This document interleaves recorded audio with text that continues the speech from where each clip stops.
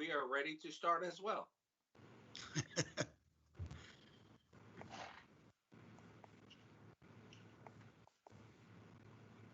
Okay, so it is 9:15. We will start the May 4th Finance Committee meeting. I would like to call it to order. The first item on the agenda is the approval of the March 2nd meeting minutes, which has been some time ago. Do I hear a motion? So Second. motion. Yeah. Okay, we have a motion and a second. All in favor, please signify by saying aye. Aye. Aye. Okay, Eric or Tom, Marcy? did you call the roll call? I did not call the roll call. So I will call the names and just signify by saying here or not here. Mr. Santos, Here. Miss Landing, Here.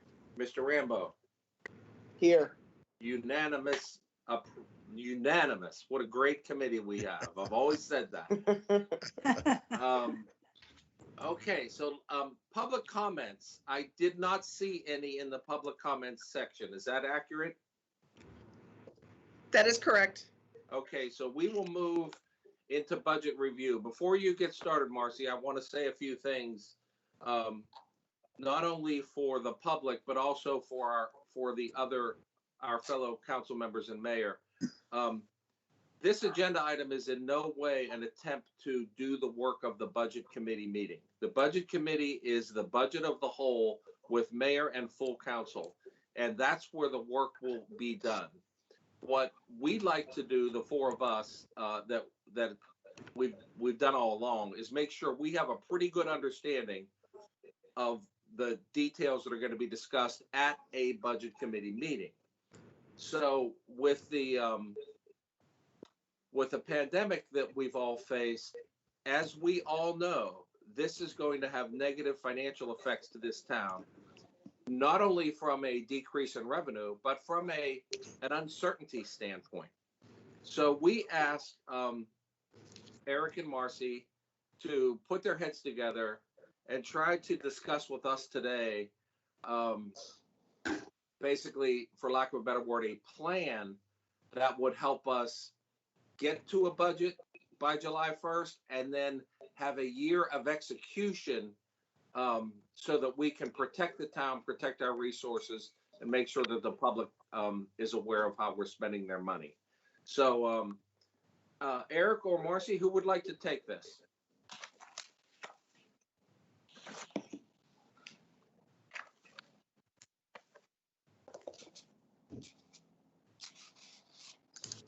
Hearing nothing. Meeting adjourned. No, I'm kidding. I'm here. Okay. Excuse me, I had it. I was looking at the presentation. Marcy, will you go ahead and flip? That's it right there. Thank you very much. So good morning to you, Mr. Chairman, members of the committee. The last two strategic plans that we have brought to bear both emphasize resiliency as a core trait of this organization. And so we're entering this crisis positioned about as well as I think just about anyone in the organization to be able to do what the primary goal is. And the primary goal that you'll see here as reflected in the recommended budget proposal, and that is to maintain the continuity of services to our residents here in the town. You've all been working very hard as an elected body. We've been working hard also with you to absorb this economic hit. But yes, the goal is that our citizens see or feel no disruption in their service. So this amended budget proposal positions the town financially so we can successfully manage reductions in revenues that Marcy will review here in a second. And what you'll see proposed is a multi-level approach that I'll share with you on the forthcoming slides. Before we get to that, Marcy, will you go ahead and take a few minutes to review the revenues? Yes, sir. So shown on the screen are some of the revenues that may be impacted. Some, like recreation fees, depend on when the town returns to normal operations. all revenues will continue to be closely monitored. We will understand the impact of some sooner than others. For instance, the state delayed the requirement of businesses paying sales tax due March through May until June 1st. The town will receive those amounts in July, and we can begin to understand some of the impact. However, any impact on the property tax revenue, one of the town's most stable, may not be understood until halfway through the fiscal year. The revenue projection is calculated based on a collection rate. For the fiscal year 2021 budget, it was developed with a collection rate of 96.5% for real property and 84.3% on vehicles. Each 1% reduction in that collection rate reduces the property tax revenue by $370,000. The collection of accommodations tax and hospitality tax were also deferred by the state until June 1st. These revenues are anticipated to be the hardest impacted by this health event. As a portion of these support public safety staff, as allowed by state law, these will also continue to be closely monitored. Marcy, can I ask a question before you move past that? Yes, sir. And I'm not saying this is a good idea. I'm just asking. Has there been a discussion about a tax anticipation note, or is that it, or do we need to do that, or does that make sense or not? Because We have not. If we're not going to get that money until the next budget year, you know, we have bills to pay this year. That is correct. Fortunately, we are positioned well at this time, and we do not have a cash flow issue. We have quite, I shouldn't say quite a bit. We have some in our account pending projects, some transportation projects that haven't begun. So we will not have a cash flow issue. Okay. All right. That's really something you all should be proud of. So thank you. Mr. Chairman? Yes, sir. Go ahead, Jake. Can I ask a question? So, Sure. Marcy, Eric, have we reached out to the county to see if they any of their preliminary plans about distributing accommodations and hospitality tax? Because I'm under the understanding that there's not going to be much of a distribution at all. I have not specifically had that conversation, Mr. Rambo, but that obviously is important information that would impact us, and I'll go ahead and do that right away. Okay. All right. Yeah, I don't think the news is going to be good. No, I also don't think the news is going to be good. And even, I don't mean to get ahead of ourselves at this meeting, but I think that's why, you know, the information isn't going to be clear to us until, you know, halfway through the budget year. So, but I agree, Jake, it's going to be really tough. It's one thing to not know what it is, but the one thing we do know, it's not going to be that great. Yeah. Okay, Marcy, continue. All right, so thank you very much, Marcy, for doing that. Here's a snapshot of the multi-level approach. It's broken into 6 sections. And the first section, the one at the top in the orange or in the gold, is to establish an expenditure reserve account. And that includes what you see in the bullets, just postponing until we know more information, the things that were originally recommended in the proposed budget. That includes the implementation of the class and comp study, the merit increases, we maintain the hiring freeze, and reduce the transfer to the debt fund, which is a direct result of the approval of the refinancing that happened at a prior meeting. In fact, before I go further, the next slide breaks this down into dollars. Would you jump ahead there, Marcy, real quick? That very first level. There it is there. And so that first level that we've already implemented or have for you as a recommendation totals just under $3.7 million. And so essentially we want to take this money,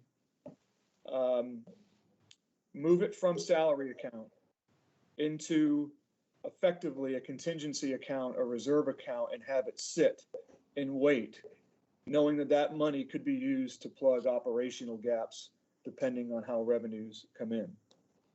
Marcy, go back. There you go. Thank you very much. The second level is to reduce the stress on the special revenues. In the hospitality tax and accommodations tax budgets, we know, and we are anticipating at least a third reduction in both of those. So in addition to the first level, the second level, we can go ahead and rectify or adjust those budgets now, or as they're shown to you in the proposed budget, and prepare those budgets right now for the hit that they will take. Marcy, will you jump ahead and we can show you the breakdown of that? There it is there. So in the hospitality tax, we've got money going to different projects. And you'll see it here that we can defer that money, hold that money back. 200,000 that was proposed to go to Carolina Park Phase 4, and 550,000 to the Park West Pool renovation.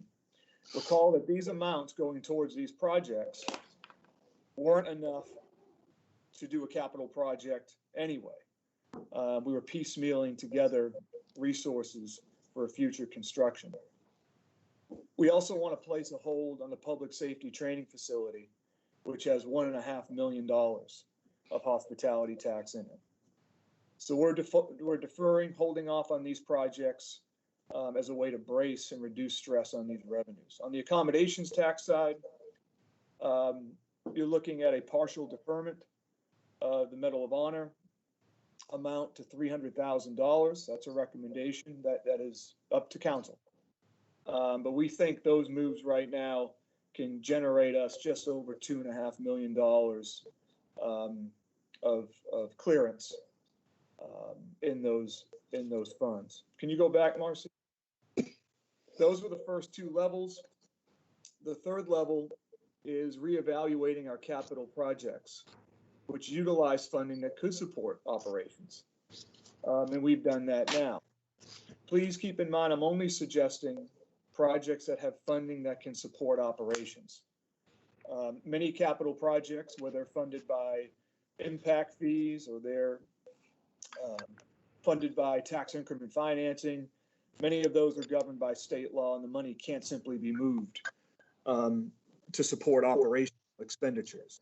So for those projects that are out there, or say even a transportation project where we know through our experience that transportation projects, the cost of them have gone up drastically year over year, or it makes sense to go ahead and build the projects because the market may be favorable for us to do so. So not deferring all capital projects, but closely examining the ones that can help us from an operational side to hold back on those. The fourth level is monitoring expenditures in departments. That goes without saying. That has already started and will continue as we move forward. The fifth level is revenue opportunities from other units of government.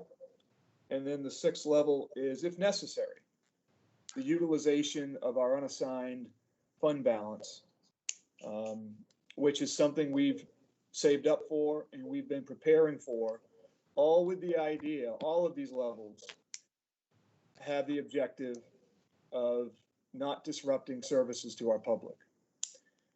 So that's the plan.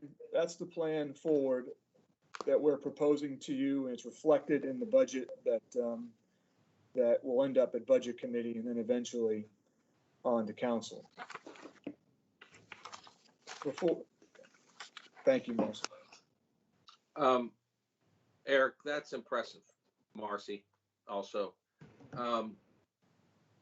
There are not a lot of cities given a report like that in this state. I know that. For you to go through that and your last sentence be, we may not need to go into fund balance is pretty impressive. So, but I have a couple of questions as we go by, not big. Some of the things, one of the things that jumped out when you were talking about accommodation taxes, Medal of Honor at 50%. We are not the only government entity that's asked to fund that. would it make sense for us to mirror what some of the others will do? For example, if county, which I know had made a substantial, if they say they are not going to fund it at all, maybe we look at following what the county's going to do. If they say they're going to fund it at 75%, maybe but looking at the other municipalities as it relates to Medal of Honor and us all being together, because it's something we all want. It's something we all want to do. But I think if one government ends up giving or not giving at a disproportionate level, I'm not so sure we want to be in that spot. So that was really my only comment on that. And without speaking to any of the other governments, I don't know if we can make a decision on that. But Yes, yeah. sir. Well, and Mr. O'Rourke, if I may, excellent points. For the purpose of passage of a budget, whatever level you and council felt was appropriate, we could keep it, we could hold it. Right. You could deliver to staff the requirement or the understanding that we would hold that money and at least for 6 months, and then bring it back to you, depending on what the picture looks like going forward. Yeah, that's a good idea. And then one more question, then we'll open it up to everybody else.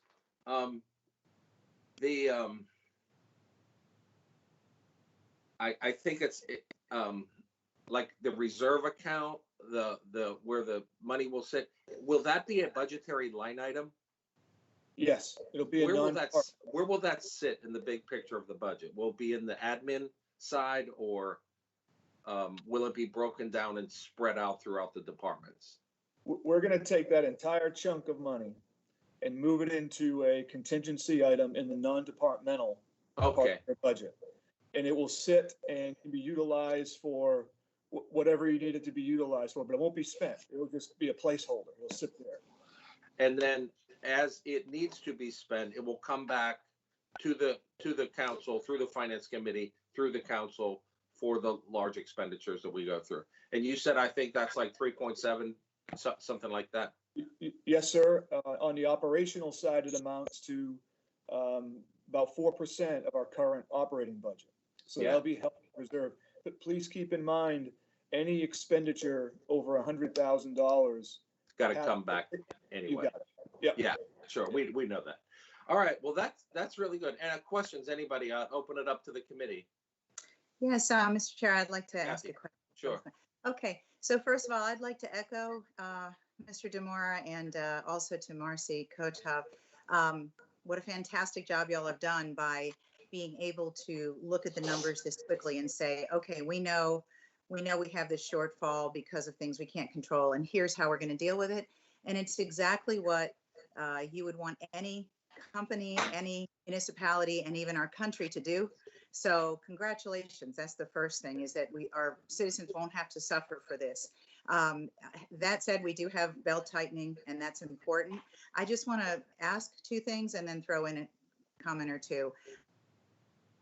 Are we going to discuss today any capital improvement projects and how we might reallocate some funds, or is that not part of this discussion? Thank you, Ms. Landing. You absolutely can. The capital improvement plan that staff has presented, at least as far as staff side, the recommendation is still the same, with the exception of projects that I mentioned that that could have a operational impact on us. So what I mean specifically is, the larger road improvements in town that you know all about, Lily Swales Boulevard and the extension of Long Point Road. All of those have heavy impact, and those are a go. And most of those, I think nearly every dollar of the funding for those projects couldn't help us operationally anyway because of the structure of them. So those are a go. Projects already underway that we think will be in budget, Carolina Park 3. That's a go. Those that aren't underway or don't have enough money to get started and may be able to support us on the hospitality tax side, the accommodations tax side, or somewhere in the general fund, those are the ones that are being held back for a later discussion.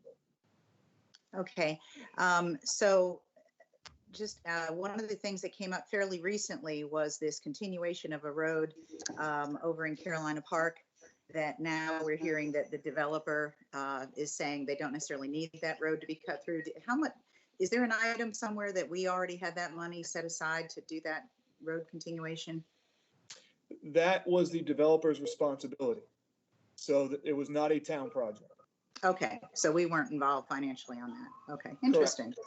Okay, and then also, I know this will bring up some contentiousness, but I don't mean to. The pier, the expansion of the pier, which is TIF money. Is it possible because of this? And I know we have made all these choices and decisions before, but everything is changing. So is it possible that that discussion could be re-entered, mainly for the purpose of looking at, is there anything else that TIF money can be used for that is more necessary, especially since that one did have some detraction? Well, it is certainly kind of prerogative to revisit a project. I will say that since the TIF has expired, it would have to be a project that's already been mentioned upon expiration and that there was a budget for. In other words, it has to be a project that we've already disclosed to the participating government entities that we were going to be moving forward with that. So that narrows the field quite a bit to the waterfront park and to the road improvement project at Patriots Point and Coleman. So there's often been talk of taking that money and using it for other projects. Most other projects simply wouldn't qualify for that money, and we've never reported that we'd use it for that purpose, which generates some legal questions. So I don't know of many opportunities that are out there for that money. Okay, and then the last thing is just a comment on the Medal of Honor Museum. I think rather than seeing what other entities, remembering that this is a project that is in Mount Pleasant, so even though we have other entities such as state and county that are going to be supporting it, that I think we probably need to reach out to them, because I'm sure that, I'm talking about the project itself, to the foundation for it, because I'm sure they're anticipating that things are going to have to slow down a bit. And maybe if we talk to them and say, hey, what could you get by on in order to do something, rather than saying we're just going to withhold because other entities are withholding. Your proposal of cutting it in half and then talking to them and seeing what we need might be a better way to go. Yeah, Tom, Yes, sure, Gary. I just want to, I think I'm hearing about cuts, but Eric, I thought I heard y'all say that we're not going to have to look at that based on how well you and Marcy and the rest of our staff have done with our finances over the years. So I'm not quite sure why we're still talking about cuts if you made it sound like we wouldn't have to do that. Am I correct? Well, the second level of the plan was to put into shape what will be the most affected revenue items before we get into an approved budget. And those are the hospitality tax budget and the accommodations tax budget. We know those are taking a hit. So our thought at the staff level is make some adjustments in those budgets for you to consider, rather than waiting on those. We know they're coming. Yeah. We just don't know the extent. So we are cutting those two budgets in the ways that I mentioned earlier.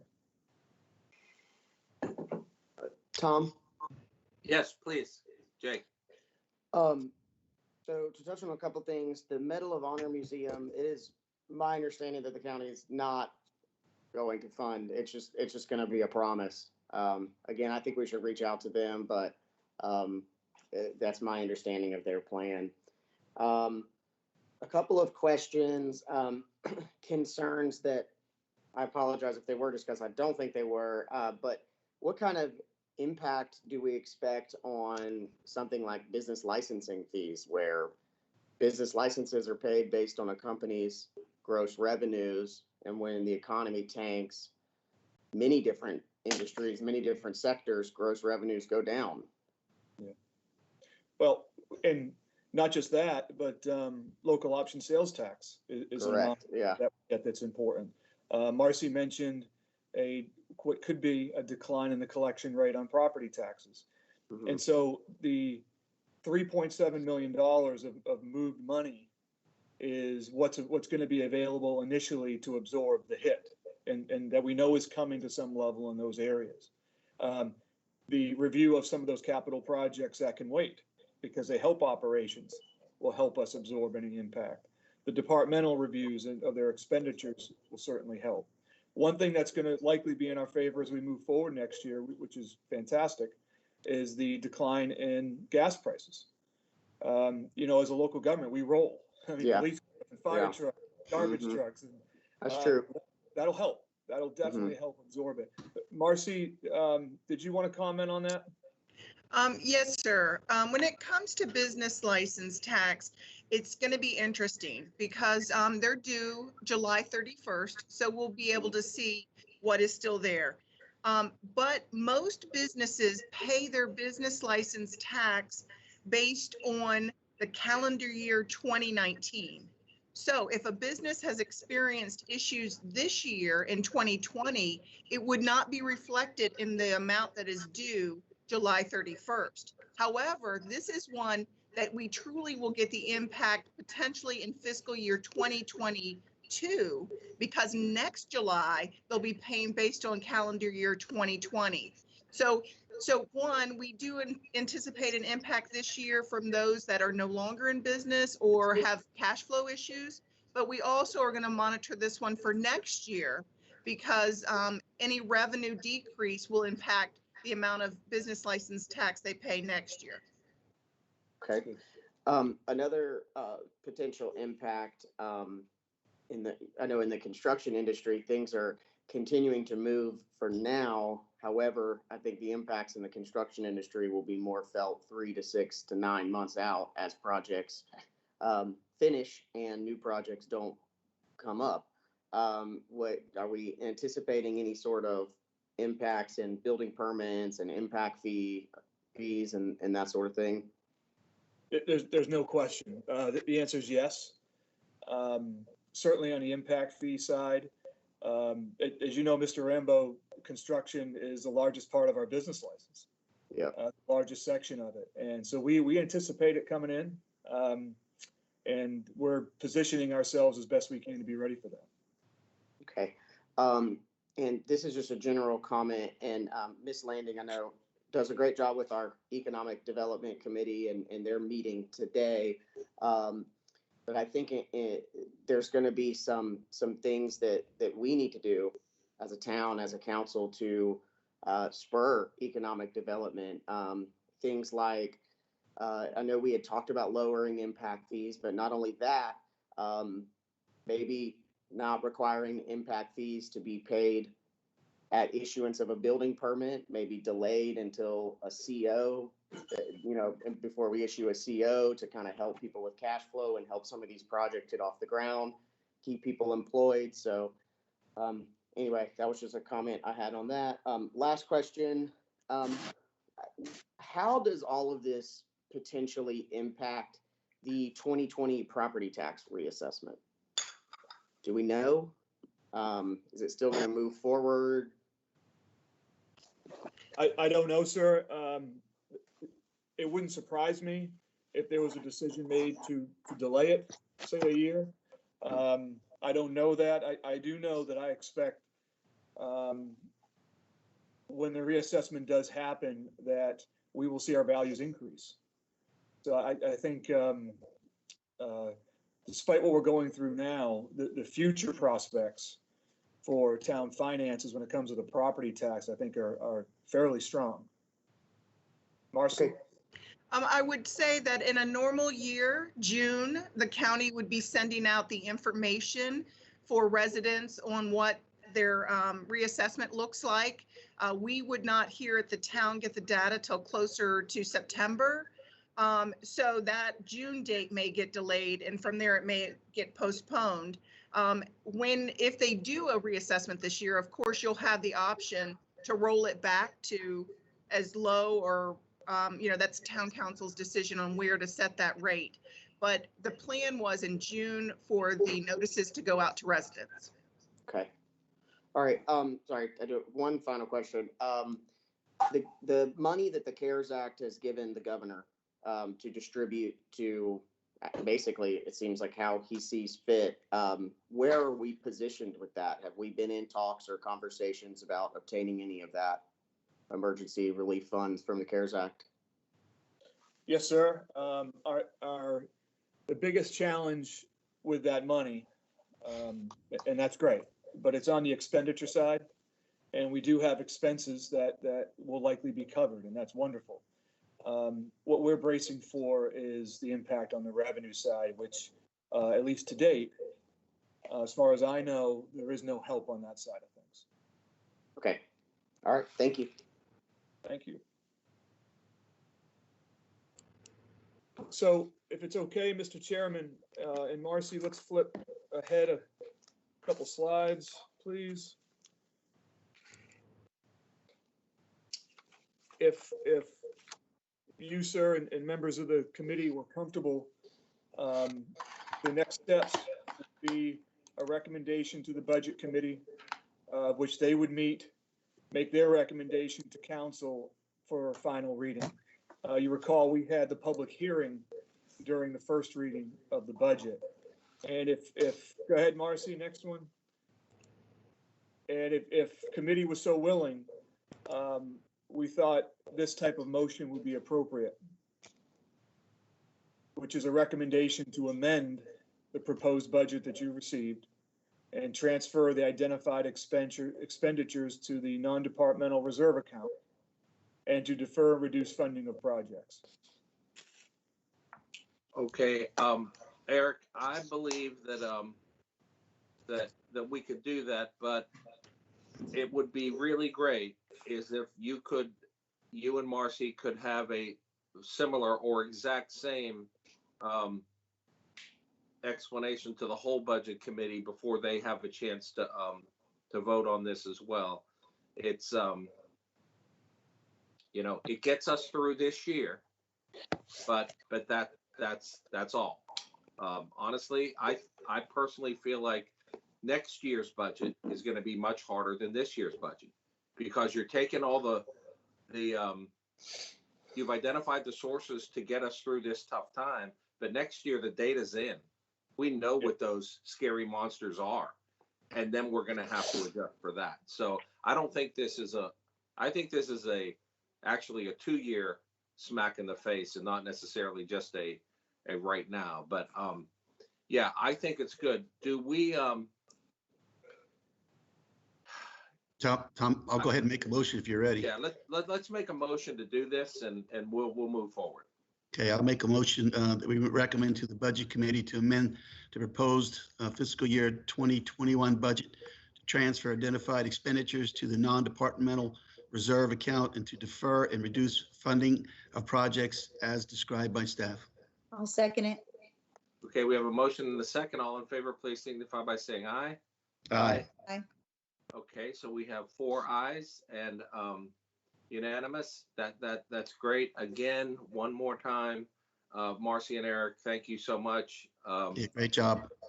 This is it gives certainly me as finance chair, but I know all 9 of us a comfort level of knowing that we can keep providing the services to our citizens that they expect. So that's good. The next item to talk about is there was a withdrawal of funds from a stormwater capital project. And Eric, if you can explain that to us and the ramifications of us, I think that would be good. Yes, sir, glad to. For the old village, a lot of this is just background info. There was a desire by council in the past to examine the basins in the old village and have a plan going forward for addressing, upgrading stormwater lines, not just there, but in other parts of town as well that may not have had adequate drainage, and even drainage that was owned by another governmental entity like the Department of Transportation. So anyway, in the old village, there were 27 basins. They all were analyzed. The top 2 or worst 2 was Royal Ave and then the Edwards Park Basin. South Carolina DOT, it's their infrastructure, their roads. We had reached out to them for some help with funding. For the Royal Avenue Basin, they agreed to reimburse us up to 17%. And that amount was $495,000. For the Edwards Park Basin, they had agreed to reimburse us up, which was $754,000. A couple weeks back, we received a phone call from our district contact here with DOT, mentioning that funding has been pulled due to the crisis. And so that's where we are with DOT. But please understand that we have other applications to other levels of government that we expect to hear something about now, June and July. We have applications in the FEMA for funding.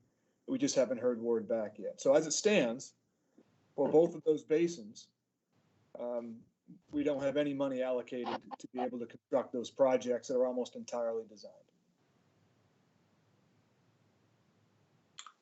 Well, there's no magic money laying around, so but I did want us all to certainly hear that and understand that officially on the record. That's devastating for those projects. And this is not the budget committee meeting, so there's no need to discuss it any further. But I did want us to be able to certainly understand that. Is there any comments on that, or any other discussion we need to have? Mr. O'Rourke, Eric, again, Yes, sir. I just want to clarify that I focused here on the Old Village. We had just completed a few months back the work at Snee Farm in the areas that we could improve. And by the way, those improvements performed very well in that very heavy storm we had. And we were utilizing a state SRF, revolving fund loan to do that. That is a source for us. Interest rates are favorable. Trouble is, you have to have the money to pay it back. Pay it back, yeah. So there's that project that was out there. We talked about Old Village, but then Hobcaw, which has 34 basins on its own, is coming up next, and we have funding requests into FEMA through the South Carolina Emergency Management Division. We think we stand a pretty good chance of getting some funding from the federal government for that project. But still, as far as our own local resources, we do not have the money to put towards capital repairs and stormwater. Okay. Not maintenance. We do maintenance every year. Right. But new projects. Right. Okay. Well, thank you for that. The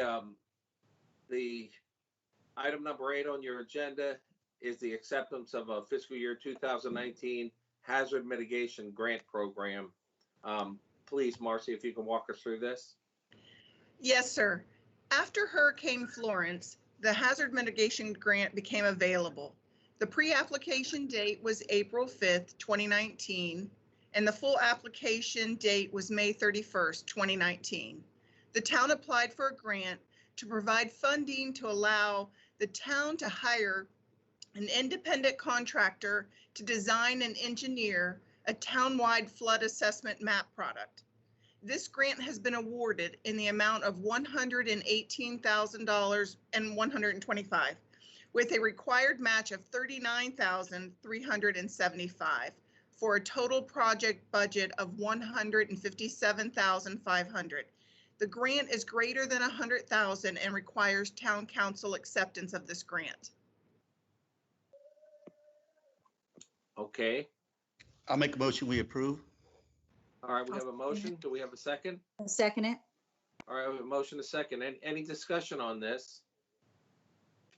Eric, can you explain, or Marcy, the difference between what this plan will do with its outcomes as opposed to the Thomas and Hutton plan that was done? Yes, sir. What this does is it will demonstrate to the town our flooding vulnerabilities town-wide. And that's extremely important because then for whatever limited resources we have going forward, we can base the strategy to utilize those funds around the areas that are most vulnerable and work from there. So Yeah. this is a very important study for us. Yeah, that'll be helpful. Okay, we have a motion and a second. Is there any more comments? Hearing none, we'll take the vote. All in favor, please signify by saying aye. Aye. Aye. Okay, any opposed? All right, so that would be 4-0 unanimous. Mr. Chairman, Yes, ma'am, please. is it possible to make a comment on the item before this? As a The item wrap up, before this, 8 or 7? 7. Oh, of course it is. Sure, go ahead. Okay, because the next thing is adjournment, right? Yes, right. I just wanted to mention, as I think all of us remember very clearly, let me get back on here, sorry. As all of us remember very clearly, one of the ways that we would have planned to pay for the drainage issues was through raising stormwater fees last year and issuing a $20 million bond last year. Or maybe it would have been issued at the beginning of this year, but either way. And the cost to our taxpayers was going to run around $750,000 a year in interest. And but we knew the work couldn't start until the permitting was ready, which is getting close but now, but probably from what Eric has told us before, wouldn't be ready for a little bit longer. So the work wasn't going to be able to start till the end of this year or late this year. We know it needs to be done. I just wanted on the record that we are not delaying in any way. And this was all about trying to find the most cost-effective way for our taxpayers to get this job done. So I've had emails, and I'm sure y'all have too, about this, and just want to make sure. One of the things that's happened is by not already being $20 million in debt for something that couldn't even have started being worked on at this point, we have saved our taxpayers at least $750,000 in interest, because this was at least a year ago we were talking about it. The second issue is that interest rates are lower today. And I checked with the Muni Bond Department at our company just to make sure that I'm correct in this, that for a AAA rated municipality like ours, if we went out today or later this year, that we would probably get a lower rate than we would have gotten a year ago. So that's another reason why this helps us. And third is because we're having to cut in so many areas for this extremely unexpected event, it makes it even more imperative that we look at that project in pieces and create separate ways of funding, I think. I mean, again, this is something that we've discussed back and forth. So I just want to make sure people know we are not delaying, because we know how important drainage for the old village is. We just may need to be looking at Royal and then Edwards and then the next worst basins as we go along. And I feel certain we'll find a way to get that work done, even if it means redirecting other funds. Thank you. Kathy, those are great points. Thanks for bringing those up. And it'll be good for us to have that in the record as well. So thank you. Any more comments about anything, Finance Committee? You're a good group. We got a good leader. I don't know about that. Okay, hearing none, we will adjourn. Thank you. Thank you very much. Thanks, everybody. Thank you. Thank you.